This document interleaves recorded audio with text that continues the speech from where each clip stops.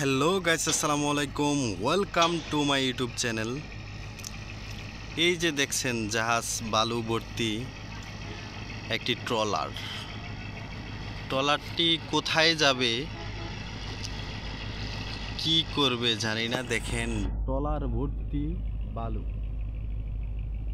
এই বালু কেউ কিনে নিতেছে, কিন্তু আমার বুঝে আসে না যে এই বালু টাকা দিয়ে আবার ভাড়া দিয়ে এটা এদের পোষায় কেমনে, এটা আমি বুঝি না। দেখেন আমি একদম ট্রলারের কাছাকাছি। ও পানির কি অবস্থা! শীতলক্ষ্যা নদীর নতুন রূপ হচ্ছে এটা। আর আমার সামনে যে বড় জাহাজটা দেখতেছেন, এই জাহাজটা হচ্ছে কই থেকে আসছে বলতে পারলাম না। এখানে অনেক জাহাজ।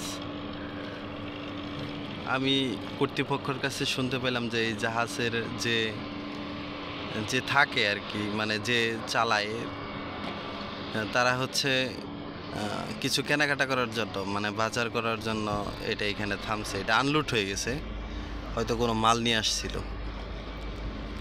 আমি জাহাজের পেছনে যাব। এই জাহাজের পেছনে ভাড়া মাত্র 20 টাকা। আমার সাথে আছেন এই যে চাচা বিড়ি খাচ্ছে। খান চাচা, খান বিড়ি খান। চাচার ভাড়া মাত্র 20 টাকা। এত বড় একটা নদী পার হইতে মাত্র 20 টাকা ভাড়া লাগে। মানে এই টাকা দিয়ে চাচার সংসার চলে। চাচা কতদিন যাবত আছেন? 15 বছর ধরে এই নৌকা চালাইতেছেন? আল্লাহ! চাচা এই যে নৌকা যে চালাইতেছেন, আপনাদের কোনো সমস্যা হয় না? মানে ট্রলারে ধাক্কা লাগে না কখনো? দেখে চালার লাগে। আল্লাহ! 15 বছর প্রতিদিন কত টাকা ইনকাম হয়? 300, 400, 500। চাচার এই আমি বেশ কিছুদিন যাবৎ এই চাচার নৌকা দিয়ে পার হই।